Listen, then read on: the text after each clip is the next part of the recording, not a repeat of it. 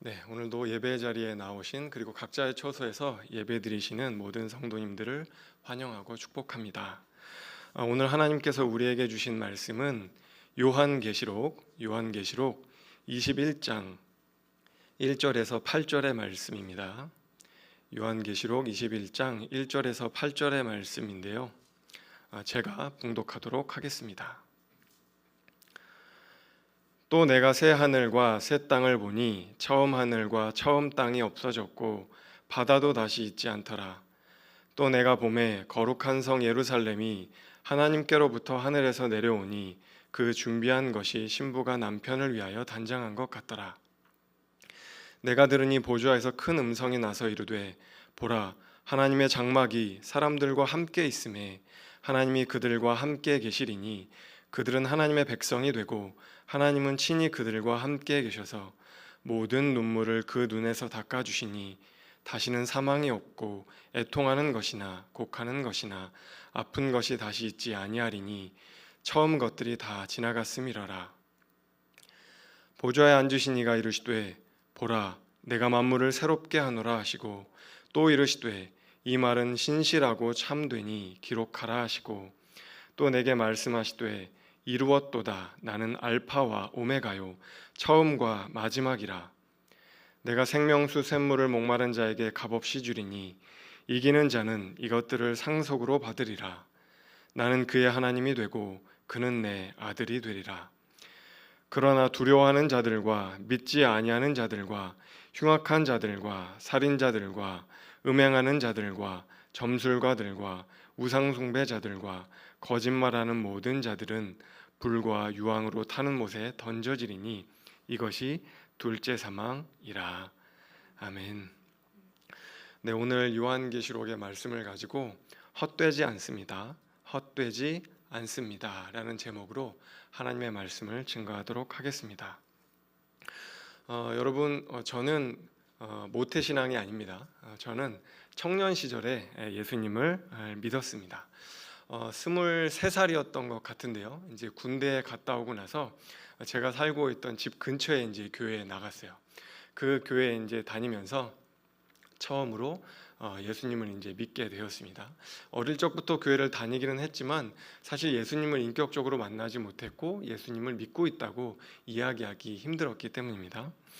하나님을 알아가는 일은 그때 당시에 정말 재밌고 즐겁고 정말 달콤했다고 이야기할 수 있을 것만 같습니다.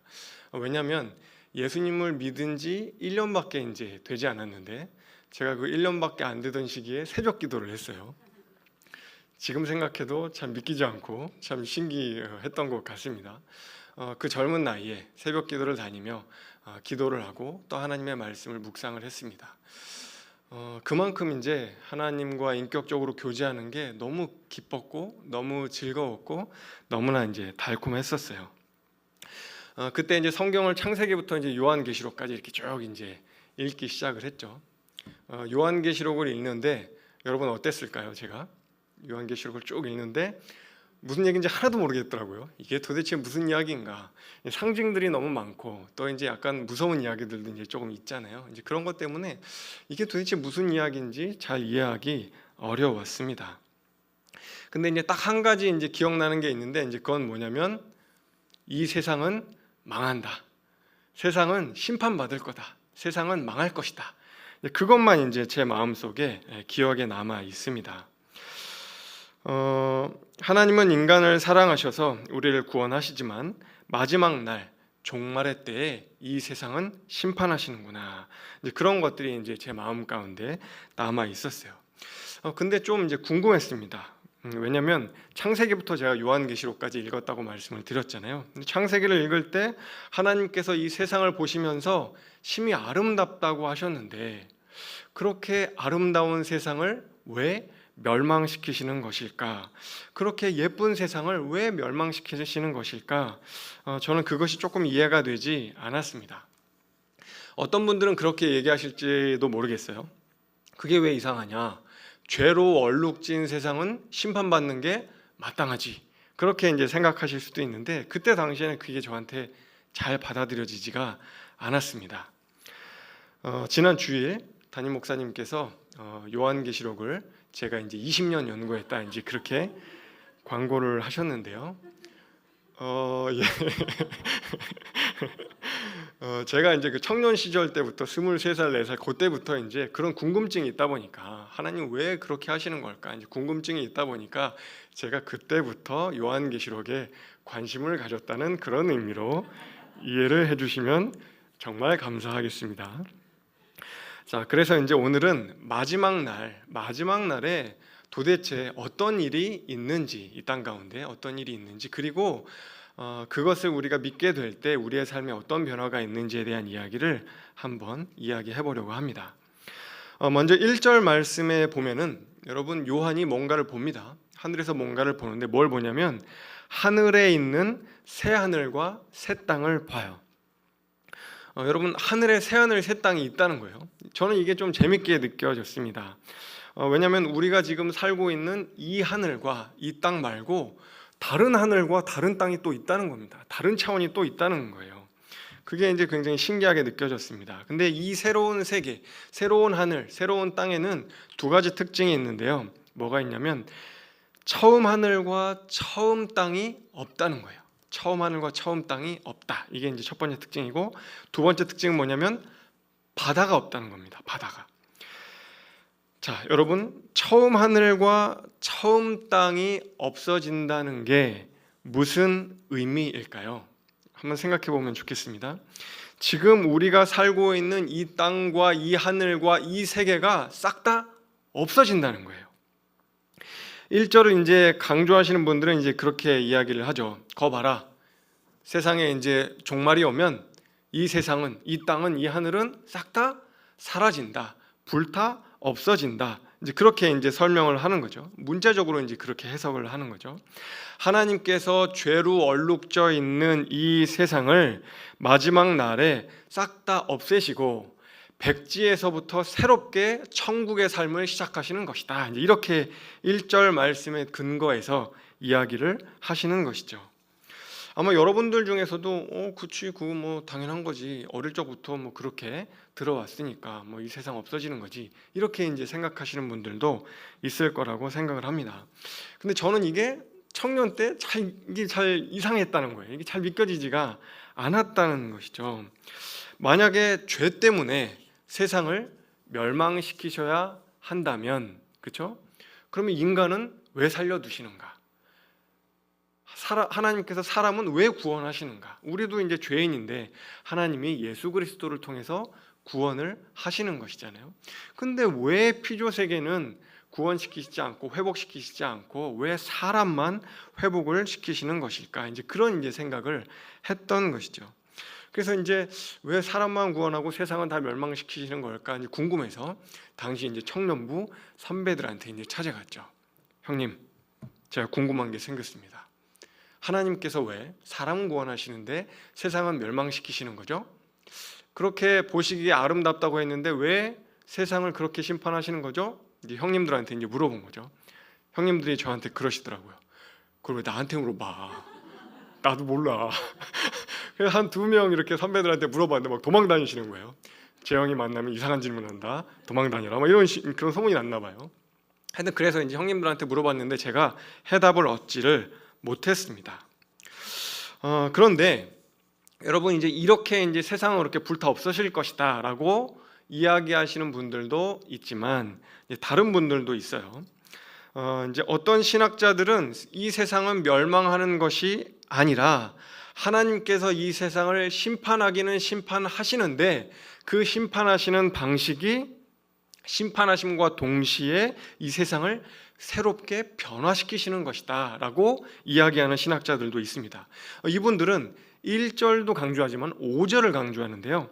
5절 말씀 한번 같이 읽어보도록 하겠습니다. 시작. 보좌에 앉으신 이가 이르시되 보라 내가 만물을 새롭게 하노라 하시고 또 이르시되 이 말은 신실하고 참되니 기록하라 하시고. 자, 여러분 여기서 무엇을 강조하는가 하면 내가 만물을 새롭게 하노라, 내가 만물을 새롭게 하노라, 이걸 이제 강조하는 겁니다. 그러니까 처음 땅과 처음 하늘이 불타서 없어지는 것이 아니라 기존에 있던 것들을 하나님께서 만물을 새롭게 하시는 것이다. 갱신하시는 것이다. 리모델링 하시는 것이다. 그렇게 이제 설명을 하는 것이죠. 여러분 가만히 오늘 말씀을 지켜보면요, 우리가 자세히 읽어봐야 되는데요. 주님께서 뭐라고 말씀을 하시냐면 내가 기존의 만물을 새롭게 하노라. 그렇게 말씀하셨어요. 근데 이렇게 말씀하신 게 아니라 여러분 다르게 이렇게 한번 설명을 하면 어떨까요? 내가 다 없애버리고 새로운 만물을 창조하노라. 여러분 이것은 전혀 다른 의미죠. 그렇죠? 근데 주님께서 우리에게 내가 다 없애버리고 새로운 만물을 새로 짓겠다라고 하신 것이 아니라 내가 만물을 기존의 것들을 새롭게 하노라. 그렇게 주님께서 말씀을 하셨습니다. 갱신을 할 거라고 주님은 말씀하셨던 것이죠. 이렇게 주장하시는 분들은 새롭다는 의미를 지닌 헬라어 단어가 두 가지가 있는데 그 두 가지가 이제 뭐냐면 첫 번째는 이제 네오스라는 단어가 있다는 거예요. 첫 번째 네오스. 저 네오스라는 헬라어 단어는 새롭다는 의미이기는 한데 시간과 기원에 있어서 새롭다. 그러니까 완전히 무에서 유를 창조한 것이다. 이제 그런 의미예요. 이제 두 번째 새롭다는 의미도 있는데 그것은 카이노스. 이 카이노스는 기존에 있던 것의 성질을 바꿔서 새롭게 한다. 이제 그런 의미가 있어요. 그러니까 기존 것을 새롭게 한다는 카이노스라는 단어를 쓰는 거죠. 자, 여러분 그럼 여기서 제가 질문을 하겠습니다. 새하늘 새 땅 그리고 만물을 새롭게 한다고 했을 때 여기서 새롭다는 단어는 네오스라는 거를 썼을까요? 카이노스를 썼을까요? 여러분 카이노스를 썼어요. 카이노스.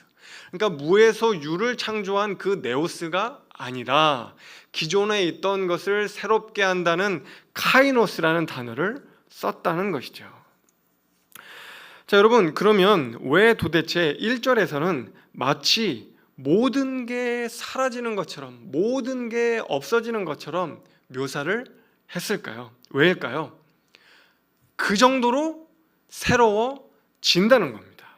마치 옛집이 새집이 되듯이 온 세상이 너무나 아름답고 멋지고 탁월하게 바뀌어서 그 정도로 새로워진다고 이야기를 하는 거예요. 도무지 예전의 모습을 알아볼 수 없을 정도로 완전히 새로워진다.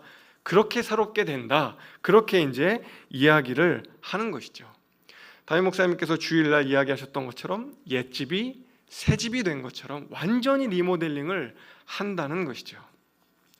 여러분은 어떻게 생각을 하시나요? 세상은 다 망해서 없어지고 백지에서 새롭게 창조하신다고 생각하시나요? 아니면 기존의 것을 새롭게 하나님께서 변화시킨다라고 생각을 하시나요? 이렇게 알쏭달쏭 헷갈리시는 분이 있을 수도 있습니다. 또 어쩌면 어떤 분들은 이거면 어떻고 저거면 어떻습니까? 어차피 우리는 예수 믿고 구원받고 예수 믿고 천국 가면 그만인 것을 그거가 뭐가 그렇게 중요하다고 목사님 설교단에서 그렇게 열변을 토하면서 외치시는 것입니까? 라고 생각하실 수도 있는데요. 여러분 물론 그렇습니다. 우리가 예수 보혈로 씻김을 받고 예수님 믿어서 구원받는 것은 맞는데요. 근데 여러분 이 둘 중에 무엇을 선택하느냐에 따라서 여러분 생각보다 큰 차이가 발생을 합니다. 어떤 차이가 생기는가 하면 한번 들어보세요. 만약 여러분 우리가 하나님이 이 세상을 다 없애버리시고 마지막 날 다 불태워 없애버리시고 모든 걸 새롭게 창조하신다면 우리의 신앙은 어떤 모습을 띠게 될까요? 이 세상을 다 멸망시키신다면 우리의 신앙은 어떻게 바뀔까요? 세상을 그렇게 중요하지 않다고 생각을 할 거예요. 왜냐하면 어차피 불타 없어질 세상이니까요. 환경 보전을 못하러 합니까? 어차피 불타 없어질 세상인데 그렇게 세상을 외면하고 세상을 도외시하는 신앙이 생길 수밖에 없겠죠. 구원받았는데 세상이야 좀 뭐 어찌되든 환경 오염되든 좀 뭐 어떻습니까? 어차피 우리가 예수 믿고 구원받는데 구원을 받게 하기 위해서 열심히 전도하는 게 중요하죠. 이제 그렇게 이제 생각을 하고 그런 식의 세계관이 형성되기 쉽다는 것이죠. 주일에는 열심히 예배드리기는 하지만 평일날은 예수님과는 상관없는 삶을 살게 될 가능성도 있습니다. 주일날 교회에서는 그럴듯한 그리스도인으로 살아가지만 가정과 일터에서는 덕이 되지 않는 모습으로 살아갈 수도 있습니다. 자, 그런데 우리가 이런 세계관이 아니라 갱신될 것이다, 만물은 새로워질 것이다, 리모델링 될 것이다, 그런 식의 세계관을 가진다면 어떻게 될까요? 모든 삶이 어떤 형태로든 하나님의 나라와 연결되어 있다는 믿음을 가진다면 우리의 신앙은 어떻게 바뀔까요? 우리의 모든 일상, 주일만이 아니라 평일도, 교회에서만이 아니라 가정, 일터, 삶의 모든 터전에서 행하는 모든 일들이 다 하나님의 나라와 연결되어 있다는 것을 우리가 깨닫고 우리의 일상을 아주 소중히 여길 수밖에 없게 되는 것이죠. 세상에 나아가서 복음을 전파하고 또 세상의 아픈 이웃들을 돌보고 섬기고 또 우리의 직업이나 가정 역시도 하나님께서 우리에게 주신 것임을 기억하며 무던히도 그곳을 변화시키기 위해서 애쓰겠죠. 잘 안 돼도 그럼에도 불구하고 또 애쓰고 부딪히고 그렇게 세상으로 나아가겠죠. 이 땅에 조금이라도 하나님의 나라를 세워가기 위해 애쓰는 신앙이 형성될 것입니다. 여러분, 무조건 그렇게 된다는 것이 아니고 이런 세계관, 사고틀을 어떻게 가지냐에 따라서 우리가 그 길을 차츰차츰 걸어가게 될 것이라는 것이죠. 여러분 눈치채셨겠지만 저는 세상의 불타 없어질 것이라고 믿지 않습니다. 저는 이 세상이 새롭게 하나님의 손에 의해서 변화할 것이다, 리모델링 될 것이라고 믿습니다. 하나님은 세상을 없애지 않으시고 굳이 피곤하게 이 세상을 리모델링 하실 것이라고 저는 믿습니다. 하나님께서 차라리 싹 다 없애버리시고 새로 짓는 게 어떻게 보면 더 편하고 좋으실 수도 있을 것인데 하나님은 왜 그렇게 안 하실까요? 그냥 다 없애버리면 되는데 하나님 왜 그렇게 안 하실까요? 그것은 이 땅의 성도들이 살아가며 애쓰고 수고한 흔적이 남아있기 때문이에요. 물론 세상 사람들이 보기에는 그것이 초라해 보일 수도 있습니다. 보잘것없을 수도 있습니다. 정말 부족해 보일 수도 있습니다. 세상에 보기에는 정말 그럴 수도 있습니다.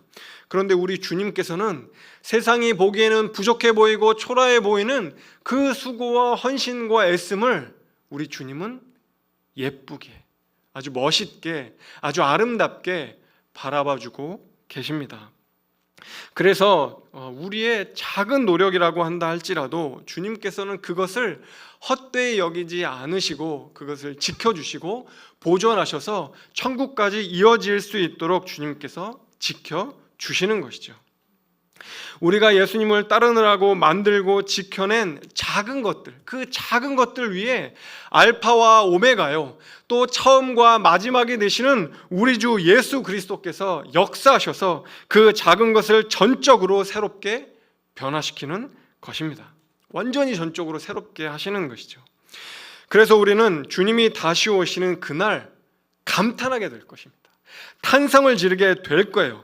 우리가 일구었던 그 초라한 것들을 주님께서 완전하게 새롭게 변화시킬 것이기 때문이죠. 분명 보잘것없는 인생이었는데, 분명 하찮게 여겨진 삶이었는데 주님께서는 아니라고, 내가 만물을 새롭게 하노라, 내가 만물을 새롭게 하노라 말씀을 하시며 전에 한 번도 본 적이 없던 그런 멋진 인생으로 주님은 우리를 변화시켜 주실 거예요. 이 새하늘 새 땅에는 특징이 있는데요. 먼저 4절 말씀에 보면은 여러분, 이 새하늘 새 땅의 특징이 뭐냐면 눈물이 없다는 거예요. 눈물. 사망이 없다는 겁니다. 애통이 없다는 거예요. 아픈 것이 없다는 겁니다. 그래서 우리가 이렇게 우리가 슬픔과 아픔이 없으니까 장례식에서 이 말씀을 사실은 이제 많이 설교하고 함께 살펴보게 되는 것이죠. 그런데 여러분, 마지막 그 새하늘 새 땅에서 눈물과 아픔과 애통과 아픈 것이 없다는 것은 여러분 바꿔서 이야기하면 무슨 의미일까요? 성도들에게 마지막 날이 오기 전까지는 눈물이 있다는 겁니다. 새하늘 새 땅이 아닌 이 땅에서는 눈물이 있고 애통이 있고 곡하는 것이 있고 아픈 것이 있다는 이야기예요. 여러분, 우리 성도들의 삶에는 눈물이 있습니다. 우리는 계속해서 눈물을 흘리는 삶을 살게 되어 있습니다. 언제까지냐면 마지막 날까지, 우리 주님이 다시 오시는 그날까지 우리는 눈물을 흘리는 삶을 살게 되어 있습니다. 온 세상의 짐승을 따라가는데 여러분 생각해 보십시오. 어떻게 어린 양, 죽임당한 어린 양 예수를 따르는 우리가 눈물을 안 흘릴 수 있겠습니까? 바벨론의 가치를 따르는 이 세상에서 거룩한 신부의 삶을 살겠다고 다짐한 우리가 어떻게 눈물이 없는 삶을 살아가겠습니까? 우리의 삶에는 이 땅에서는 끝까지 해명되지 않는 그런 고난과 끝까지 풀리지 않는 그런 아픔이, 슬픔이 우리의 삶에는 있을 겁니다. 그런데 주님은 오늘 새하늘 새 땅에 다시는 그 눈물이 없을 거라고 이야기를 해요. 여러분, 한글 성경에는 빠져 있는데요. 한글 성경에는 빠져 있는데 그 빠져 있는 단어가 헬라어 원문에 보면은 다 들어 있어요. 그게 뭐냐면 다시는이라는 단어예요. 다시는. 한글 성경에는 다시는이라는 단어가 한 번밖에 안 들어 있어요. 근데 헬라어 성경에는 다시는이라는 단어가 반복해서 들어가 있습니다. 다시는 눈물이 없을 겁니다. 다시는 애통이 없을 겁니다. 다시는 곡하는 것이 없을 겁니다. 다시는 아프지 않을 겁니다라고 우리 주님은 계속해서 다시는 결단코 눈물과 아픔이 없을 것이라고 주님은 우리에게 말씀하고 계시는 것이죠. 그렇게 주님은 우리의 눈물을 흔적도 없이 닦아주실 것입니다. 여러분, 새하늘 새 땅에는 도대체 왜 눈물이 없는 것일까요? 왜 눈물이 없는 것일까? 그것은 여러분 바다가 없기 때문이에요. 바다. 여러분, 새하늘 새 땅엔 바다가 없습니다. 바다가. 여러분, 이 바다는 진짜 바다가 아닌 거 아시죠? 이제 다 아시죠? 이 바다는 진짜 파도 치는 그런 바다가 아니고요. 이 바다는 사탄이 올라오는, 사탄의 근원지인 그런 바다예요. 요한계시록 13장으로 넘어가면 사탄이 어디서 올라오냐면 바다에서 올라온다고 이야기를 하고 있어요. 그러니까 이 바다는 뭐냐면 그냥 파도 치는 그런 바다가 아니라 악을 상징하는 바다입니다. 고대인들에게 바다는 악의 뿌리와도 같은 것이었어요. 교회를 핍박하고 세상을 고통스럽게 하는 악의 근원지, 뿌리가 바로 바다라는 이야기입니다. 그런데 그 새하늘 새 땅에 주님이 다시 오시는 그날에는 이 악의 뿌리, 이 악의 근원지를 주님께서 송두리째 뽑아버리실 것이라고 오늘 우리에게 말씀하고 계시는 거예요. 그러니 우리의 삶에 새하늘 새 땅에서는 눈물이 없는 겁니다. 왜냐하면 이 악의 뿌리가 뿌리째, 송두리째 뽑혀버렸기 때문이죠. 여러분, 하나님이 창조하셨던 에덴 아시죠? 이 에덴 동산 여러분 어땠을까요? 아주 아름답고 아주 정말 좋았겠죠. 여러분, 근데 이 에덴 동산에 바다가 있었을까요? 에덴 동산에? 여러분, 에덴에는 처음 땅, 그 처음 하늘에는 바다가 있었어요. 여러분, 바다가 있었다는 이야기는 무슨 이야기입니까? 우리가 죄를 지을 수도 있다는 그런 이야기입니다. 악이 우리를 유혹할 수도 있다는 그런 이야기예요. 분명히 에덴 동산은 좋은 것이었고 아름다운 나라였고 아름다운 땅이었지만 그 나라는 사단이 우리를 유혹하기도 하고 사단이 세상을 무너뜨릴 수도 있는 그런 길이 열려있던 나라였습니다. 분명히 좋은 곳이기는 하지만 파괴될 수도 있는, 무너질 수도 있는 좋은 곳이 에덴 동산이었다는 그런 이야기입니다. 그런데 여러분, 회복된 새 하늘과 새 땅, 새로워진 새 하늘과 새 땅에는 에덴에는 있었던 바다가 다시 있지 않다고 주님은 말씀하고 계시는 거예요. 우리를 유혹하고 파괴할 수 있는 뿌리 자체가 잘려나갔다고 말씀하고 계시는 것이죠. 죄나 악, 유혹, 그런 가능성이 원천 봉쇄된 곳, 그것이 바로 새 하늘, 새 땅이라는 겁니다. 사랑하는 덕서교회 성도 여러분, 바로 그 새 하늘, 새 땅이 지금 우리에게 다가오고 있다고 주님은 말씀하고 계십니다. 우리 눈에 보이지는 않지만 주님은 조용하게 그 나라를 우리에게 인도하고 계십니다. 그래서 우리가 견디고 또 견디어서 이겨내는 그날, 주님은 우리의 모든 눈물을 흔적조차 없이 닦아주실 것입니다. 그때는 더 이상 울 필요가 없습니다. 그리고 그때는 더 이상 무거운 인생의 짐을 짊어질 이유도 없어요. 다시는 아프지도 않을 겁니다. 왜냐하면 고통의 근원지인 바다가 사라졌기 때문이에요. 톨킨이라는 영국의 소설가가 있는데요. 화면에 보이는 저 왼쪽에 있는 저렇게 생긴 사람입니다. 영국 사람이에요. 근데 이 사람이 이제 크리스천입니다. 크리스천. 그리고 이 사람이 반지의 제왕이라는 그런 이제 소설을 썼는데 그 소설이 이제 나중에 영화화 되기도 했죠. 또 호빗이라는 그런 소설도 이렇게 써서 영화화 되기도 했죠.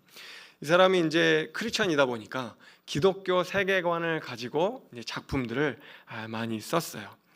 이 반지의 제왕이라는 그 이제 작품도 이제 마찬가지인데요. 근데 이 작품을 완성을 못할까봐 톨킨이 되게 노심초사했다고 해요. 왜냐하면 이제 이 반지의 제왕을 쓰던 그때가 언제였냐면 2차 세계대전이 있었던 때거든요. 여러분, 전쟁이 한창이니까 작가로서는 이 전쟁이 오래지 않아서 끝나면 다행인데 끝나지 않으면 내가 소설을 못 마칠 수도 있겠다. 끝까지 완성을 못할 수도 있겠다. 이제 그런 생각을 한 거죠. 그러니까 막 톨킨이 이제 불안한 겁니다. 그래서 이제 톨킨이 안 되겠다 싶어서 그 불안한 마음을 담아서 자신의 자전적인 이야기를 짧은 이야기에 이제 담아 썼는데 그게 이제 니글의 이파리라는 소설이에요. 우리나라에서는 이제 단행본으로 나오지는 않았고요. 이제 합본으로 이제 톨킨이 쓴 여러 가지 이제 소설 중에 한 챕터로 들어있는 그런 이야기로는 이제 출간된 적이 있기는 있어요. 그런데 이 니글의 이파리라는 이 책의 이제 내용이 이제 어떤 거냐면 이제 이런 겁니다. 여러분, 니글이라는 단어가 이렇게 썩 좋은 느낌은 아니지만 여러분, 이 이제 사람은 이제 그 시골에 살고 있는 그 이제 화가예요. 화가. 이 사람이 그림을 이제 그리는 이제 사람인데요. 이 사람은 이제 아주 멋진 나무와 그 이제 세상에서 가장 아름다운 나무를 이제 그리고 싶었어요. 정말 그 나무를 바라보면 멋진 숲이 생각나고 그 어떤 그 너머에 있는 다른 어떤 세상이 생각나는 정말 에덴 동산 같은 그런 거를 상상할 수 있는 그런 나무를 이 사람이 이제 그리고 싶었어요. 니글이라는 사람이. 그래서 이제 열심히 이렇게 그림을 그렸습니다. 근데 그림을 그리다가 이 사람이 이파리 하나밖에 못 그리고 죽었어요. 여러분, 황당하시죠? 무슨 화가가 평생을 이파리 하나밖에 못 그리고 죽나? 근데 이제 그 이유가 있어요. 이 사람이 왜 이파리 하나밖에 못 그렸는가? 이유가 있는데요. 두 가지 이유가 있습니다. 첫 번째 이유는 뭐냐면 이 사람이 너무나 성실해요. 너무나 성실해요. 그래서 그림을 그리는데요. 보통은 이렇게 스케치하고 그냥 대충 색칠하고 이렇게 그리잖아요. 근데 이 사람은 이파리 하나를 그리는데 스케치도 열심히 아주 섬세하게 하나하나 다 그리고 잎사귀를 이렇게 색칠하고 할 때도 이제 음영, 광택, 그리고 이제 거기 이슬이 묻어 있는 것까지 아주 정말 섬세하게 너무나 아주 정말 극사실적으로 이렇게 묘사를 했던 거죠. 그러다 보니까 이제 다른 많은 것들을 그리지를 못하고 이파리 이제 하나밖에 그릴 수 없었던 이유가 한 가지가 있고요. 근데 그것만 있었던 건 아니에요. 이제 두 번째 이유가 사실 어떻게 보면 더 중요한데요. 이 사람이 이제 이파리를 이렇게 이제 그리고 있는데, 나무를 그리고 있는데 갑자기 이제 옆집 사람이 이제 여보쇼, 우리 집에 지금 어려운 일이 발생했는데 좀 도와줬으면 좋겠습니다.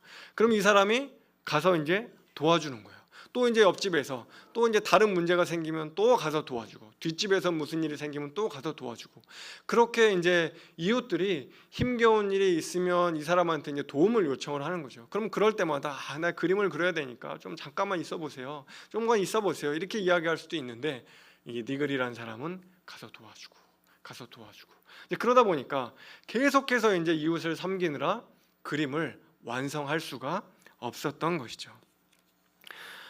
그렇게 이제 이 니글이라는 사람이 이제 죽었어요. 그리고 나서 이제 이 사람의 그 작품이 이제 이웃 마을 사람들에 의해서 박물관에 전시가 됐는데, 여러분 당연히 그 전시된 그림에는 어떤 그림이 그려져 있었겠죠? 이파리 하나 그려져 있는 거예요. 그 제목에, 그 작품의 제목에는 이파리. 여러분 그게 이제 작품이라고 이제 전시가 되어 있으니 그것도 이제 한쪽 구석에 사람들이 잘 보지도 않았죠.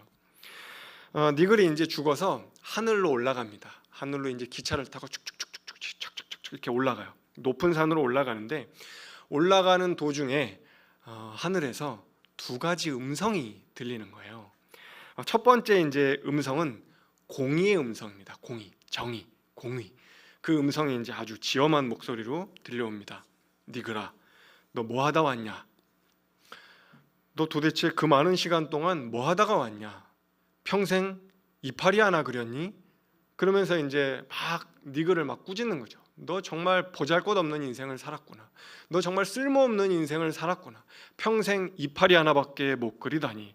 그러면서 이제 니글을 막 꾸짖는 음성이 들려오는 겁니다. 여러분 니글이 이제 너무나 풀이 죽어 있었겠죠. 의기소침해서 이제 가는데, 또 다른 음성이 이제 두 번째로 들려옵니다. 아주 온화하고 따뜻한 자비의 음성이 들려옵니다. 이 자비의 음성은 그렇게 이야기를 합니다. 니글아, 넌 참 착하구나. 이파리 하나조차도 정말 성실하게 열심히 그렸구나. 그리고 네가 이파리를 하나밖에 그릴 수 없었던 이유는 저 이웃 마을 사람들, 옆집, 뒷집 사람들을 돕느라 네가 그 작품을 완성하지 못하였던 것을 내가 안다. 그런 자비의 음성이 들려왔습니다. 이 두 가지 음성이 들려온 거죠. 이제 니글이 조금의 이제 위로를 받으며 이제 계속해서 이제 하늘나라로 올라갑니다. 하늘나라에 이제 도착을 했어요. 근데 니글이 도착하자마자 어떤 한 장면을 보게 되는데요. 여러분 그 장면이 뭐냐면, 니글이 도착해서 한 그루의 커다란 나무를 바라봐요. 여러분 저런 나무를 도착해서 바라봅니다. 여러분 근데 니글이 보기에 이게 뭔가 조금 어디서 본 것 같은 거예요. 내가 저 나무 어디서 본 것 같은데, 내가 저 이파리 어디서 본 것 같은데 어디서 봤지? 니글이 무릎을 탁 치면서 깨닫습니다. 여러분 저 나무를 니글이 어디서 봤을까요? 여러분 저 나무는요, 니글이 평생토록 그리고 싶었던 그 나무예요. 니글의 마음속에 상상으로 있었던 그 나무. 이 나무를 바라보면 더 나은 세계, 울창한 숲이 생각나는 그 나무, 내가 평생 그리고 싶었던 그 나무가 하늘나라에 도착했더니 바로 거기에 완성되어져 있는 겁니다. 내가 평생을 이파리 하나밖에 그리지 못했던 그 나무가 하나님의 나라에 저렇게 어여쁜 모습으로, 완전한 모습으로 완성되어져 있었던 것이죠. 니글이 무릎을 탁 치면서 그렇게 얘기를 합니다. 이건 하나님의 선물이야. 이건 하나님의 선물이구나. 그렇게 니글이 외치면서 이 소설은 끝나요. 여러분, 우리의 수고와 그리고 우리의 이 땅에서의 헌신과 그리고 우리가 하나님께 기도하는 그 모든 기도가 이것과 같습니다. 하나님이 듣지 않으시는 것 같지만, 하나님이 보지 않으시는 것 같지만, 우리의 작은 수고와 기도와 헌신, 이 모든 것들을 주님께서 보고 계셔서 하나님의 나라에서 저 완전한 나무 한 그루의 모습으로 완성하실 것이라고 주님은 이 니글의 소설을 통해서 말씀하고 싶으셨던 것이죠.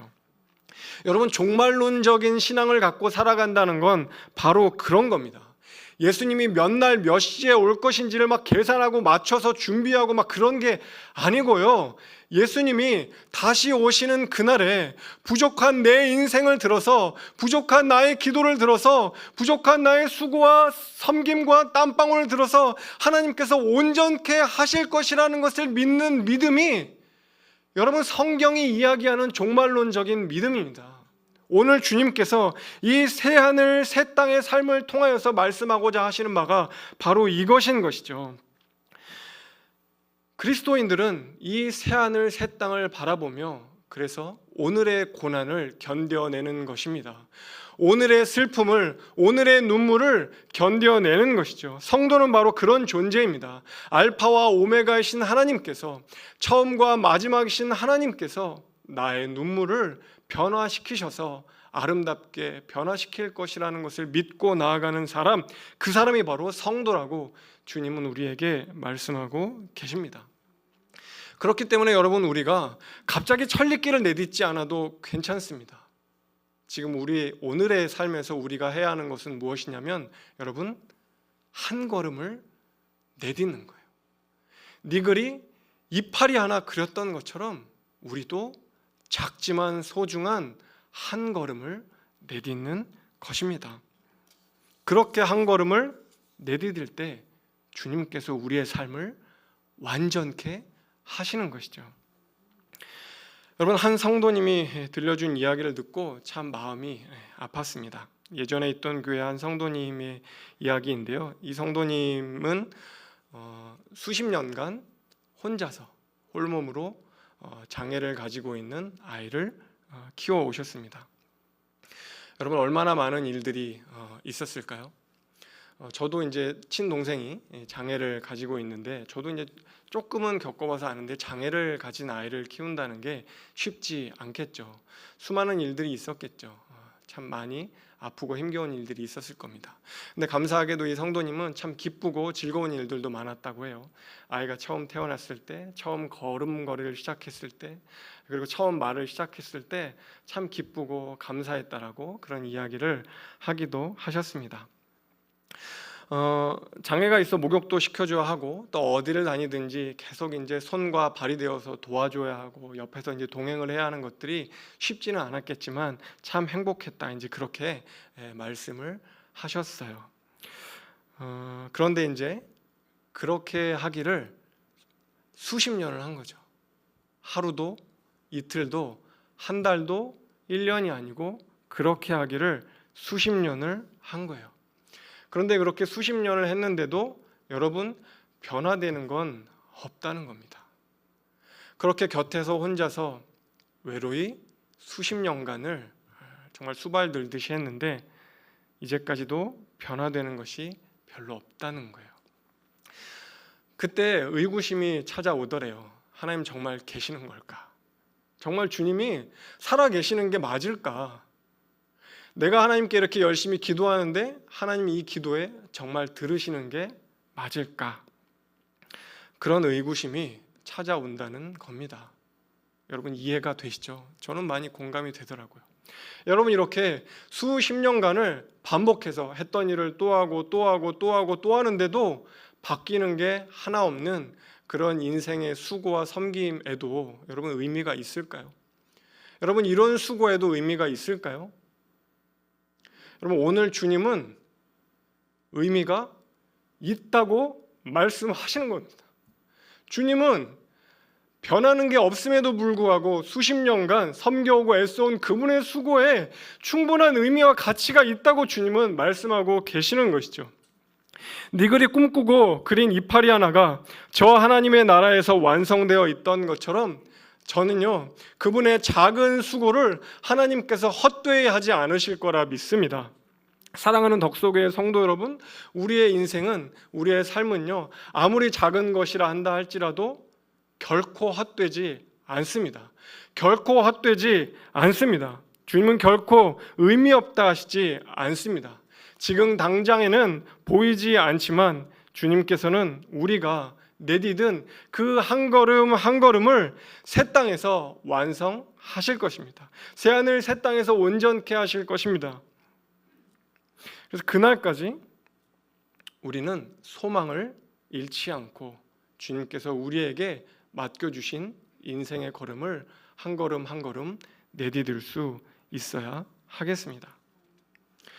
오늘 말씀을 하나로 집약시켜주는 고린도전서의 말씀이 있는데요, 그 말씀을 제가 읽고 오늘 설교를 마치려고 합니다. 고린도전서 15장 58절 말씀인데요, 이 말씀을 읽고 함께 찬양하고 기도하겠습니다. 제가 읽겠습니다. 그러므로 내 사랑하는 형제들아, 견실하며 흔들리지 말고 항상 주의 일에 더욱 힘쓰는 자들이 되라. 이는 너희의 수고가 주 안에서 헛되지 않은 줄 알미라. 이는 너희의 수고가 주 안에서 헛되지 않은 줄 알미라. 이 시간 같이 말씀을 기억하며 찬양하기를 원합니다. 우리는 연약하고 우리는 넘어지지만 우리의 인생을 결국 완전케 하실 주님께 찬양하며 나아가기를 원합니다.